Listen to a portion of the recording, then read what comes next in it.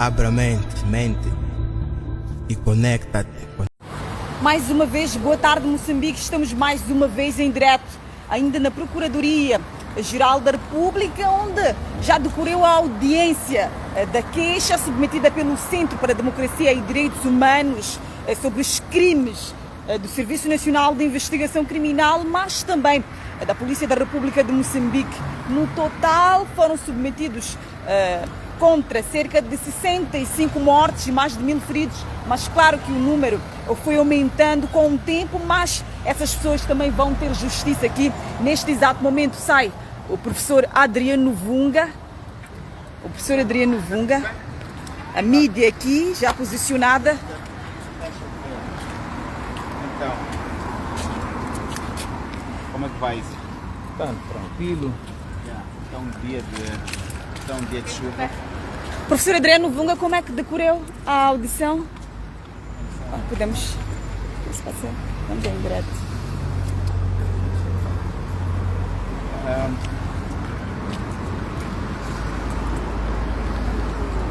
Mas isso já deveriam ter...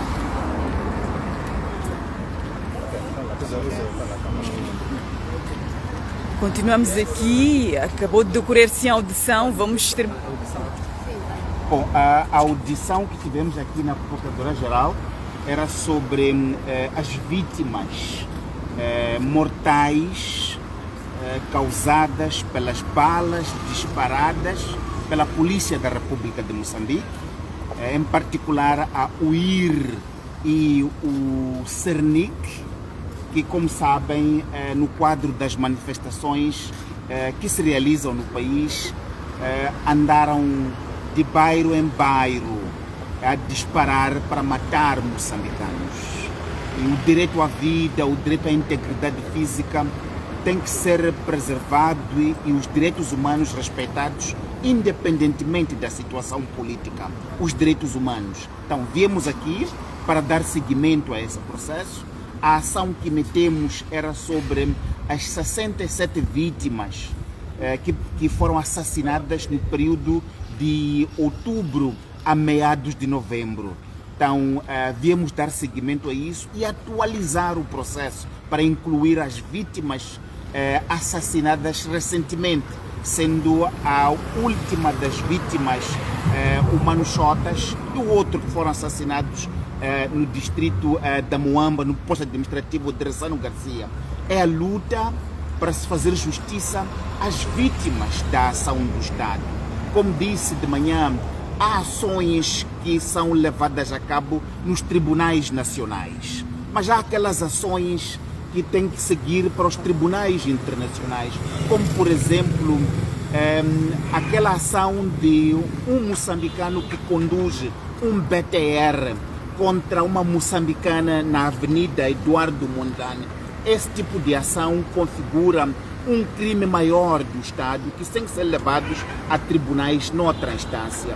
O assassinato macabro contra o Mano Chotas em Ressano Garcia também tem que ser apreciado a outros níveis. Portanto, é esta ação de, ao nível nacional, se garantir justiça para as vítimas das barbaridades, da brutalidade da polícia. Portanto, é isto que devemos tratar aqui hoje. Doutor, olhando para a situação da segunda-feira em que a Presidente do Conselho Constitucional vai ter que dar o veredito final em torno das eleições de 9 de outubro, como é que olha para isso? O que é que pode-se esperar disso? Não creio que o Conselho Constitucional vá fazer justiça aos moçambicanos. Daquilo que se viu e daquilo que se vê, o Conselho Constitucional não está em condições de fazer justiça aos moçambicanos. Os resultados que podem sair daí nunca vão fazer justiça aos moçambicanos. Os processos estão tão de qualquer maneira que não há condição de o pronunciamento na segunda-feira fazer justiça aos moçambicanos em termos de justiça eleitoral. Nesse sentido, o que se esperava que estivesse a acontecer até hoje era um diálogo nacional, um diálogo para se encontrar uma fórmula que permite devolver Moçambique à estabilidade, devolver Moçambique à paz e apaziguar o povo moçambicano que está nas ruas. Isto não está a acontecer.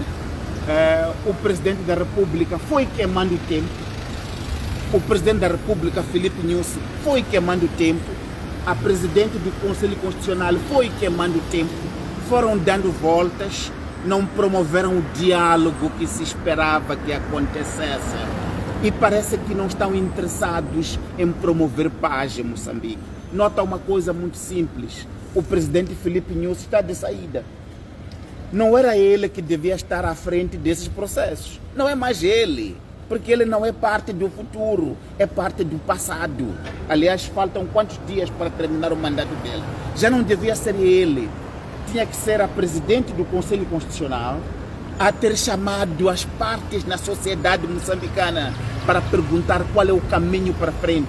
Porque ela sabe que o processo que está nas mãos dela não tem condições para gerar um resultado satisfatório. Deveria ter promovido este diálogo. Não fez isso. Vai ler um resultado que não faz justiça aos moçambicanos. O povo moçambicano há de sair para as ruas. Há de sair para as ruas porque está descontente o povo.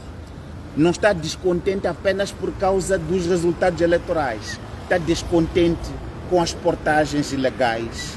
Está descontente com a corrupção. Está descontente com os sequestros, está descontente com a falta de emprego, está descontente com a degradação das condições de vida dos moçambicanos, está descontente sobretudo com a falta de esperança para o povo. A Frelimo roubou a esperança ao povo moçambicano, roubou a esperança aos jovens. São os jovens que estão na rua por falta de esperança. Esperança essa que foi-lhes roubada pela corrupção dos grandes chefes, os grandes chefes da Frelimo. Professor Mavunga, acredita que com o anúncio dos resultados no dia 23, ou pelo menos com a validação dos resultados por parte do Conselho Constitucional, pode comprometer a quadra festiva, sobretudo no Natal? Está a falar de quadra festiva? Que quadra festiva, meu irmão? Os moçambicanos não têm salário, os funcionários públicos não têm salário.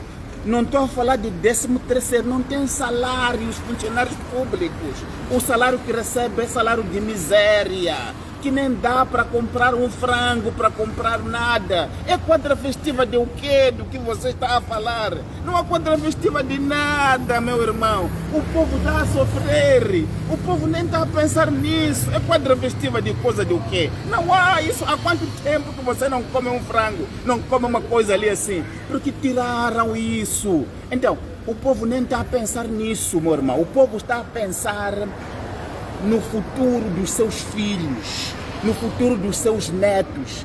Que país o povo quer ter para os seus filhos, para os seus netos, para que na hora de partir possa ter certeza de que está a deixar um país que vai ser um país com o mínimo de dignidade para os seus filhos e netos. É isso que preocupa o povo, não é quadra festiva. Quem está preocupado com quadra festiva? Já roubaram há muito tempo os grandes chefes que estão da quadra festiva. É quadra festiva de o quê?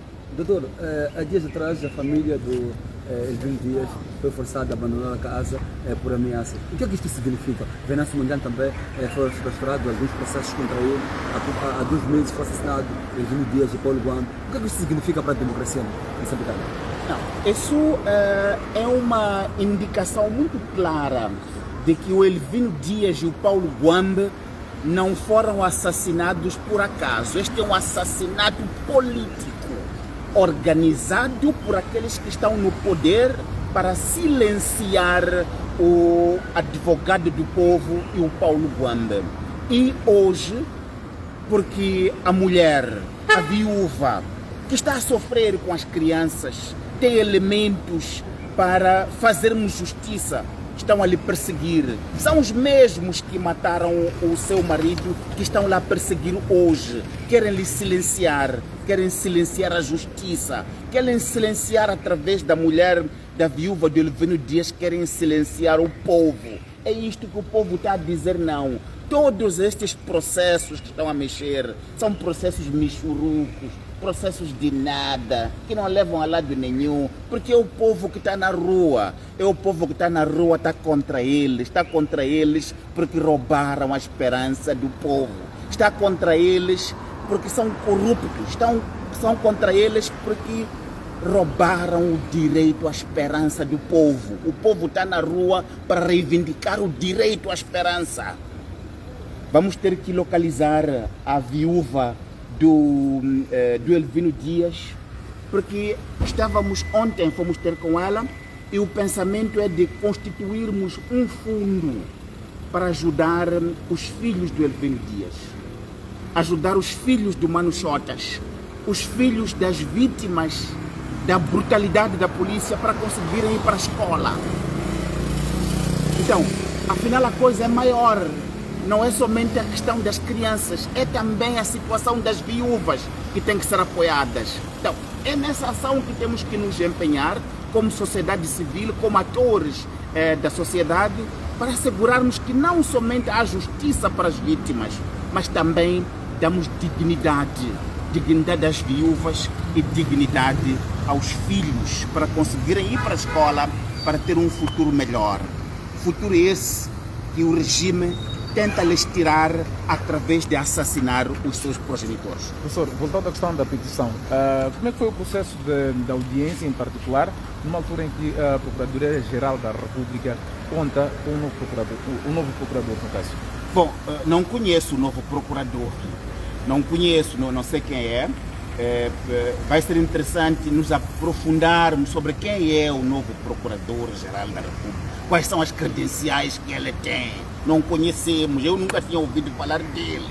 Então, queremos saber quem é. Mas a audição correu bem com a doutora Amabélia, bastante profissional, orientada para as vítimas, e sentimos que, de parte da Procuradoria, há preocupação em fazer justiça. Agora, nota uma coisa, não é a primeira vez que devemos meter um processo das vítimas mortais das manifestações. Em Nampula, nas eleições do ano passado, 2023, a polícia matou 23 pessoas em Nampula e na Micopo. Metemos um processo ano passado, até hoje o processo não vai. Então, é um hábito que o Estado moçambicano tem através dos tribunais, das procuradorias, de negar justiça ao povo. Justiça denegada é justiça negada ao povo moçambicano. Mas não somente essas. Vejam lá, as pessoas não entendem porque a população de Ressano está revoltada. Há 15 anos atrás, houve o acidente de Ntenga. Lembra-se? O acidente de Ntenga. Até hoje não houve justiça para as vítimas de Ntenga. E outros acidentes que houve, não houve justiça. Então, é um acumular de coisas que as pessoas hoje têm a oportunidade de libertar por causa desta oportunidade da fraude eleitoral. Mas é uma questão maior de luta pela justiça. Está a dizer, professor, que o novo procurador, por exemplo, poderá ter um desafio maior na solução de vários processos que foram submetidos à Procuradoria? São muitos. Primeiro temos que saber quem é esse procurador. Como é que ele parece ser nomeado agora, em fim do mandato? Isso é importante saber. A questão não é somente se ele vai fazer bom trabalho ou não. A questão é o quão legal é isso aí de nomear um procurador agora, em fim de mandato. É para fazer o que é esse procurador? Em qual procedimento democrático surge ele, a nomeação dele, em fim de mandato? Isso é uma primeira questão. E depois vamos chegar a isso, vai fazer um bom trabalho ou não. Mas neste momento queremos compreender em que quadro é que o procurador acaba sendo assim, no fim de mandato, do nada, assim. Como assim? Que democracia é essa que elege procuradores no fim de mandato, às escondidas, assim? Ok? Muito obrigado. Obrigado. Sai assim o Dr. Adriano Vunga, da Procuradoria-Geral da República, onde estava a ser ouvido. Vamos continuar a atualizar-vos do que está a acontecer, dos principais casos de violações de direitos humanos. Recebemos uma denúncia há pouco, vamos lá e até já.